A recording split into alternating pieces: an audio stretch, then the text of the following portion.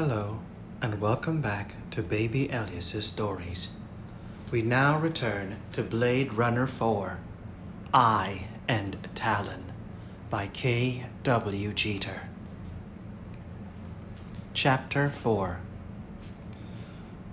The Soupmeisters were clever bastards. Gotta hand it to 'em, thought Iris. She stood in the neon-stitched darkness and let herself be buffeted by the jostling crowd around her. The people who ran the marketplace and artificial animals, the shadowy figures who collected the rents on the densely packed stalls and storefronts, had gone to the trouble and expense of making the place smell as if real animals were being brought and sold in it. The zone was interspersed with scent emitter units protruding from the sewer gates that gave off a cycling olfactory parade of sweaty barnyard odors, moldering grain feed mixed with the riper, nastier tang of unswept fecal droppings. Iris could see that the dealers as customers obviously went for it. The sensory impression filling their nostrils added to the illusion of purchasing a real biologically living animal, rather than some battery-powered replicant sheathed in fake fur or feathers. Careful not to step in any of the more realistic props that had been deposited in the street, Iris pushed her way through the crowd toward the open-fronted, double-wide stall with the sizzling neon above that read, "Wings of Golden Smile." An animated sparrow, 20 times life-size and outlined in glowing blue, flapped its wings through a stuttering 3-step drill, over and over. "What can I do you for?" The half-dozen staff behind the stall's counter looked like brothers of a single family, a genetic melange like any other in LA. This specific one could have been a third-generation cross of Humong and Vladivosky squareheads. "How about a canary? It'll sing you to sleep. If that doesn't work for you," the lead counter guy winked at her, "then you and I can make other arrangements." "Put it back in your pants, pal." Iris leaned forward, looking past him and into the depths of the stall. The other staff turned from their workbenches and abacus, regarding her with impassive silence and ink-black pupils as she scanned the wares on the dangling perches and inside the wire cages. Most of their stock consisted of smaller birds, but there was a pair of ravens, bigger than she had expected them to be, hulking like sullen murderers on a rusting steel perch, and even a red-tailed hawk, staring at her with one glittering yellow eye. So maybe the tout at the edge of the souk, who Iris had queried and then tipped with a pre-devaluation titanium quarter, had been right about this being the place for predatory birds. "I'm looking," Iris leaned away from the counter guy's kimchi-scented breath, "for an owl." "Owl, huh? You mean a regular horned owl or something more exotic, like a winter plumage snow owl?" "Doesn't matter." He turned and shouted over his shoulder to one of the other staff, "Francisco, come here a minute." The other man approached, wiping his hand on an oil-stained rag. "Nice shirt," he said, indicating Iris's chest. Like the rest of the staff, he was wearing a modified Stetson knockoff and shiny neoprene bondage lederhosen that exposed his yellowish and scabby knees. I collect odd trees myself. Lariat motif, mainly. Lady wants an owl, said the first counter guy. What's the line on that? Francisco nodded slowly. Yeah, we can do an owl. His face was longer and sadder than the other staff's. It'd have to be a special order, though. We don't keep that kind of body frame in stock. He pointed his thumb back toward the stall's interior. We do mainly the smaller columbidae and psittacidae. You know, pigeons and parrots. That's what people can afford around here. And maybe a couple of the bigger accipitridae, hawks, 3 or 4 times a year, for the collector's market. But we can swap around a lot of the basic structural elements on those. An owl, though. He shrugged. Different configuration. Kinda stacked up vertical. You know what I mean? Right, said Iris. But that's not what I'm talking about. I mean a real owl. Both men stared at her in silence for a few seconds. Lady, the lead counter guy spoke up, shaking his head in disgust. If you walked into a 7-Eleven and asked for a diamond necklace, you might get a diamond necklace. But it wouldn't be a real one. He turned and waved his hand at the stall's stock. See these? See how they go chirp, chirp, flap their wings and stuff? They're fakes. That's what we do. He turned back to Iris. Did you think they were real? He glanced over at his longer-faced colleague. Lady thinks we deal in real birds.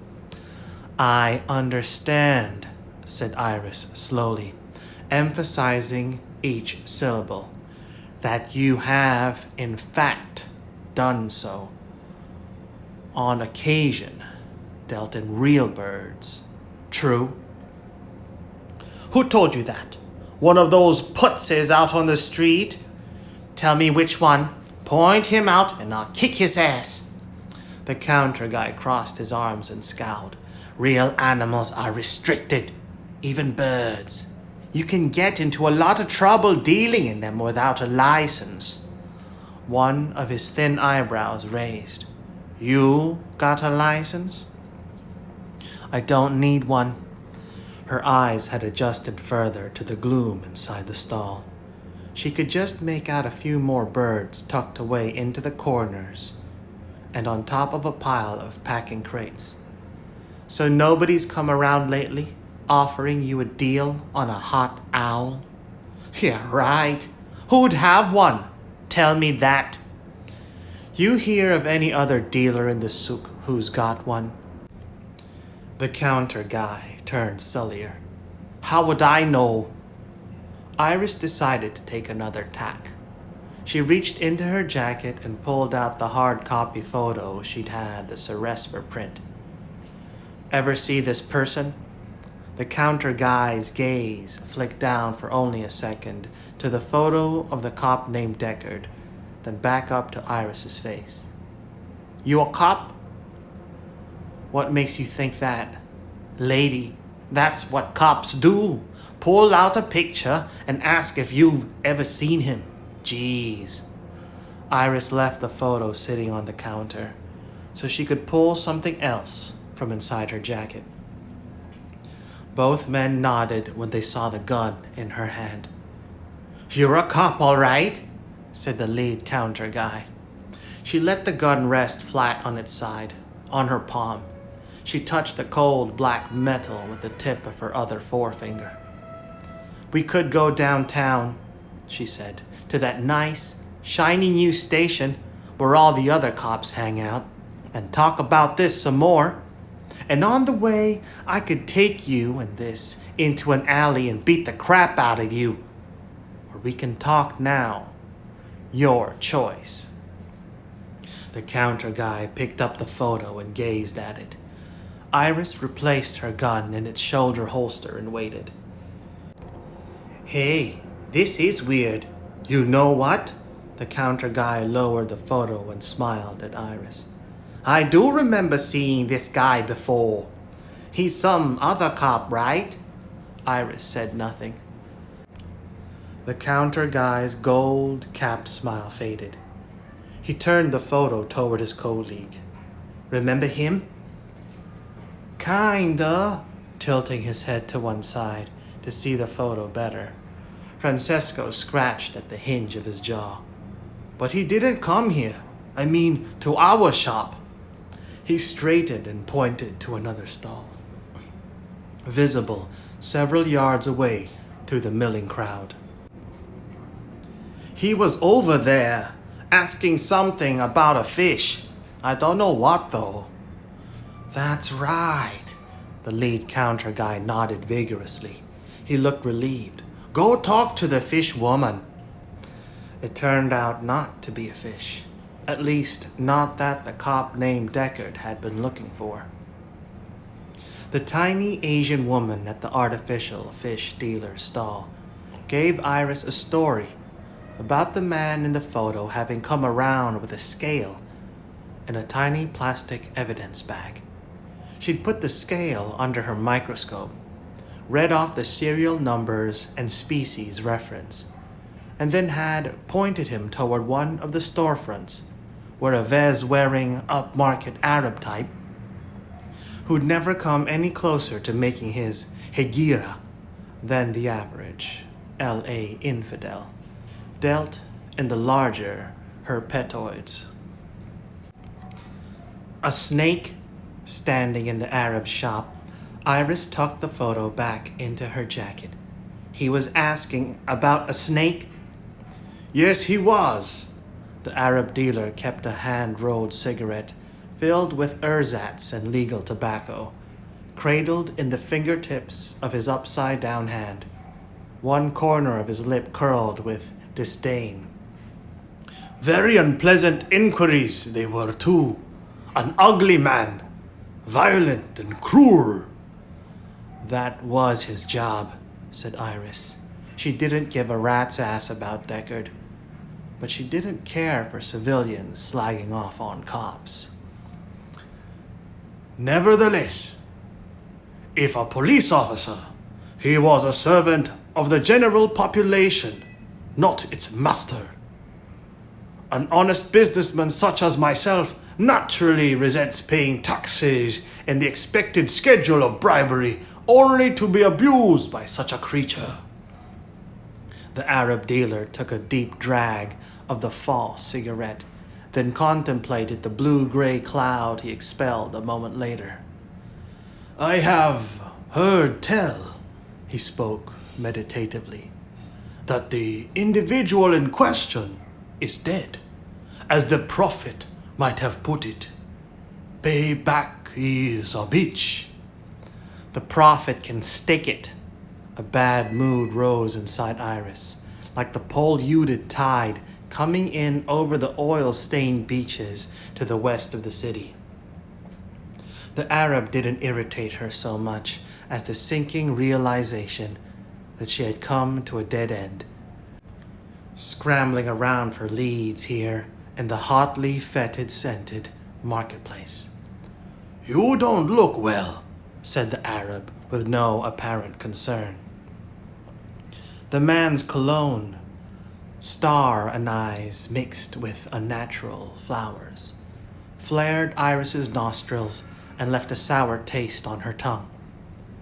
As she watched him pick up a foot-long baby coral snake and adjust the action of its flickering tongue with a 12-power jeweler's loop and a hair-thin watchmaker's screwdriver, she felt the shop closing tighter against her shoulders, as though one of the artificial anacondas in back had managed to escape and wrap itself around the storefront, squeezing the air out of it. No more questions? Iris heard the amusement in the Arab's voice, so she didn't need to glance over her shoulder to see his oily smile. She pushed her way out of the shop and back onto the crowded, jostling sidewalk, The tinge of nausea she'd felt at the base of her stomach abated a little as she drew in a deep breath of the rain-scrubbed air. "You're wasting your time," another man's voice came from behind her. "Think I don't know that?" Iris hadn't recognized the voice. She turned to see whoever it was that had spoken. She didn't recognize his face either. A nearly lipless smile slashed a horizontal line across the knife-sharp projection of his facial bones. The angular ridge of his nose and brow gave him as avid and predatory a look as the hawks inside the bird dealer's stall. He must have been waiting for her out in the rain for some time. His raven black hair cropped to a millimeter buzz, and the shoulders and back of his unbelted duster were soaked wet. "What do you know?" His smile widened. "Not your name, for one." Iris didn't return his smile. "I like to know whom I'm talking." "Must be a cop thing," said the tall figure.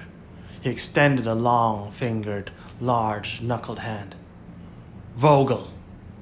And you're Iris Knott, just in case you've forgotten." The rain, which had diminished to a sulky drizzle when Iris had first arrived at the souk, squalled harder now. Through the monsoon downpour, she could see a pair of jump-suited simul wranglers using sharp hook sticks to prod a half-completed baby elephant.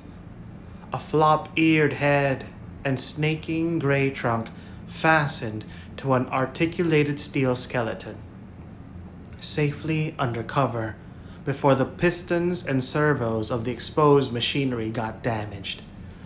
Iris locked her grip on this Vogel character's forearm and pulled him against the window of the Arab snake dealer's shop, under the minimal protection of its retractable overhead awning. She could already feel a couple of damp rain tendrils trickling under the collar of her leatherite jacket and down her back. She let go of his arm like dropping a rat, either real or artificial. "I don't like this," said Iris flatly. "People who know more about me than I do about them makes me nervous, like I'm being watched." "I imagine so," leaning against the security-tempered window glass. Vogel watched his own hands busily and efficiently rolling a cigarette. "And it just wouldn't do to have someone like you get fidgety." He extended the papers and bindle of artificial tobacco toward Iris, then shrugged and put them away inside his duster when she shook her head. "Especially with the caliber of that piece you carry around with you. The way you Blade Runners are so given to firing your arsenal off in public. It's amazing that LA has any population crunch at all." Hilarious. The artificial tobacco smelled as though one of the more realistic props in the souk's gutters had been scraped up, dried, and set on fire. "But we only do it for a reason." "Sure you do." Vogel flicked a scrap of ash toward the glistening street. "People and replicants can be so uncooperative, especially when you're trying to, retire them." "But not you," said Iris. Her gaze narrowed as she studied the figure standing beside her. "Something tells me that you're motivated by burning desire to be of help to me." "You got that right, Cupcake." One side of the man's face was lit in detail by the light spilling from inside the Arab snake dealer's shop.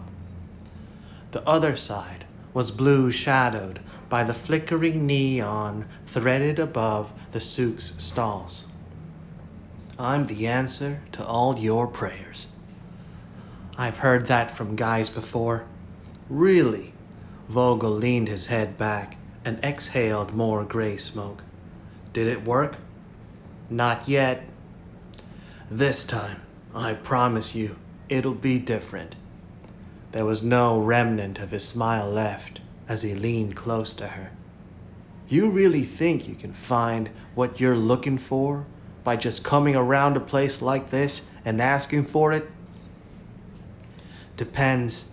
Iris met Vogel's hard gaze with her own. But then, I know what it is I'm looking for. Do you? Let's not screw around. His knuckles were lit fiery orange by the cigarette's burn. You're looking for an owl. He raised his eyebrows. You know, big kind of bird, flies around and pounces on little mice. He made a grabbing motion with one hand. Too bad if that's what you are. A chill, colder than the rain, crawled the wrong way up Iris's back. If he knows what I'm here for, she thought, then what else does he know? Yeah, too bad, Iris nodded slowly. Lot of people come around here looking for owls? You're the only one. One corner of Vogel's smile returned. Everybody else knows better. Two possibilities formed themselves in Iris's mind, like the thin rain puddles gathering at her boot soles. Either this person, whoever he was, had spotted her when she'd first arrived at the souk, and had been following her around, asking the stall keepers questions about the questions she'd been asking. And that was how he'd found out about her owl inquiries. Or he'd known about this particular request before she'd even got here. Which would mean, figured Iris, that he's in on the loop, way more than I am.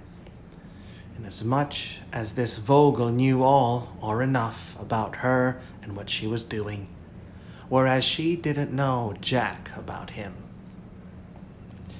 Either one of those possibilities didn't please her, but since the latter of the two was the worse, it was good practice to assume it was the case, and then do something about it. We need to talk, said Iris, in private. Who's listening in around here? Amused, Vogel glanced at the crowded street and the narrower passageways between the stalls.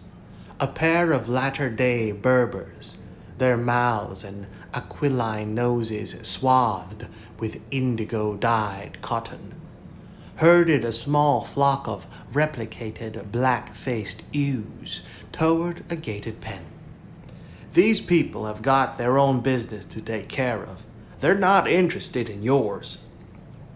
Nevertheless, she pointed with her thumb toward an unlit alley tucked behind the Arab's shop.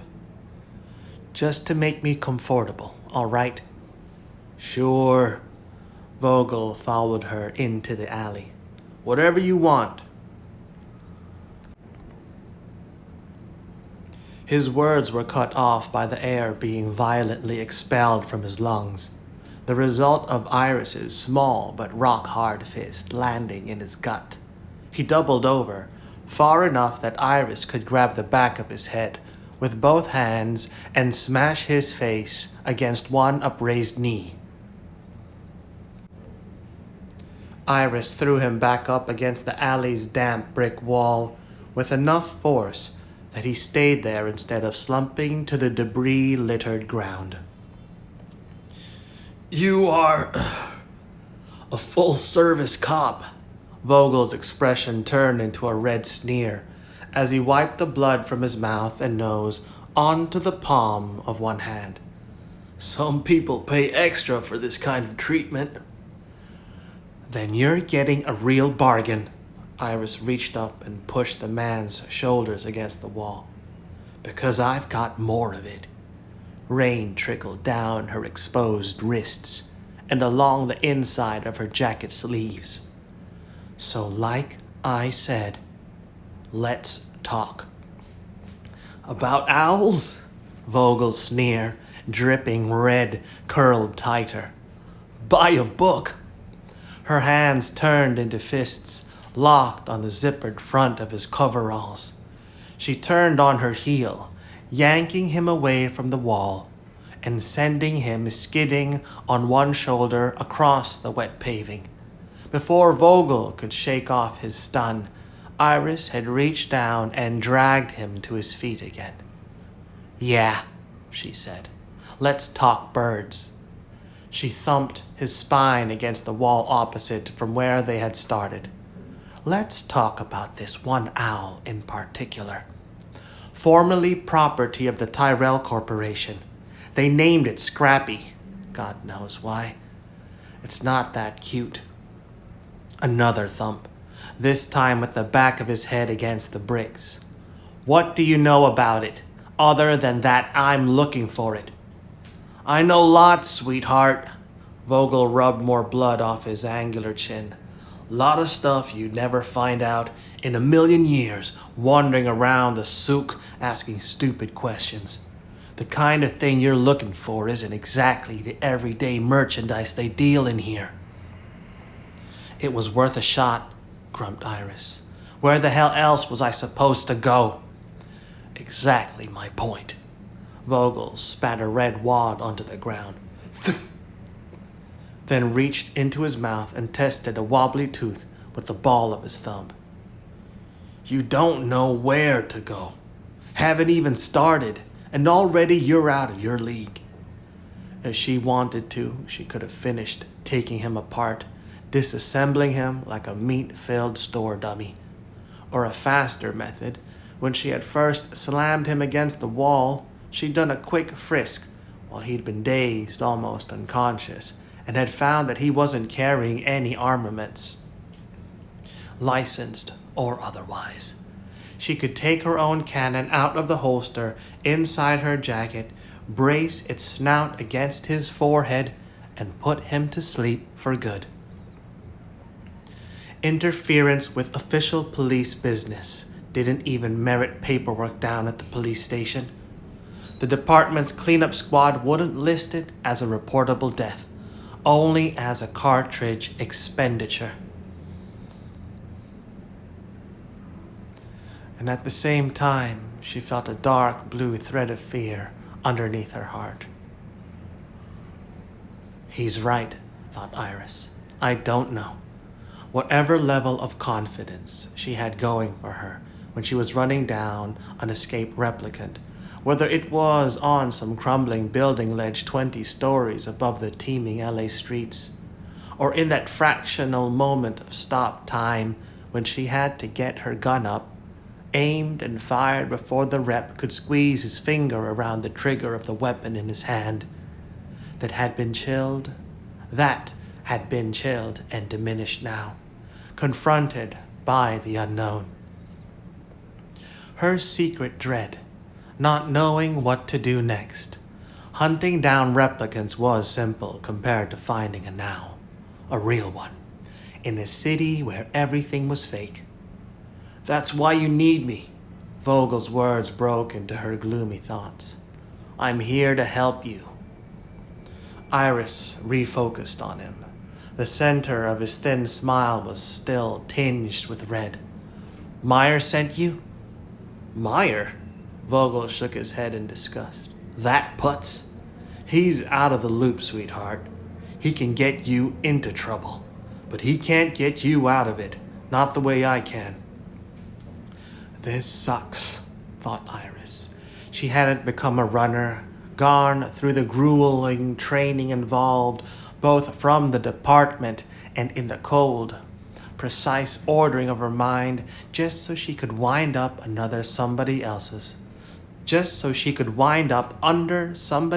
control. Crap coming down the division's chain of command from the shadowy ones on top, and then handed out by Meyer to her and the rest of her colleagues, was something she'd been able to get used to. That chain was something she might be able to climb one day. And in the meantime, the crap to gold ratio was weighted on the side of getting to do what she wanted, which was to hunt escaped replicants, and not some frickin' bird. And especially not under the thumb of some civilian she could take apart in 2 seconds. You know, Iris spoke slowly and gave him a practiced, hard stare. If you've got information I need, I've got ways of getting it out of you. Vogel returned the stare without flinching. No, you don't. Not this time. Not with me. This was a steel needle, a tiny cold element at the center of his eyes, tinged blue by the flickering neon light that had worked its way down the alley. Iris recognized the bit. Not real metal, but something, just as hard and sharp. She'd seen it in the mirror, in her own eyes, so she knew he was telling the truth. She wouldn't be able to get it out of him. All right, said Iris, you win. She figured that if it didn't work out, she could hand him major payback, painful and final later on. And then they'd be done. Like other, even briefer relationships she'd had in the past. So talk. Another shake of the head. Not here. Wow, you've got privacy concerns? Like you said, it's a matter of getting comfortable. Vogel dabbed another spot of blood away from his mouth, using a folded handkerchief he dug from the pocket of his duster. He'd held the red-stained cloth toward her, as though demonstrating stigmata. Now I got the moral right to insist on my turf. Plus, I've got something to show you. So if you're done showing off your testosterone, let's go. He turned and headed toward the mouth of the alley, then glanced over his shoulder at her. Coming or not? Iris could see past him to the sook's throng of dealers and merchandise. They all looked real. The trick was in figuring out which ones weren't. I'm with you, said Iris, and started walking.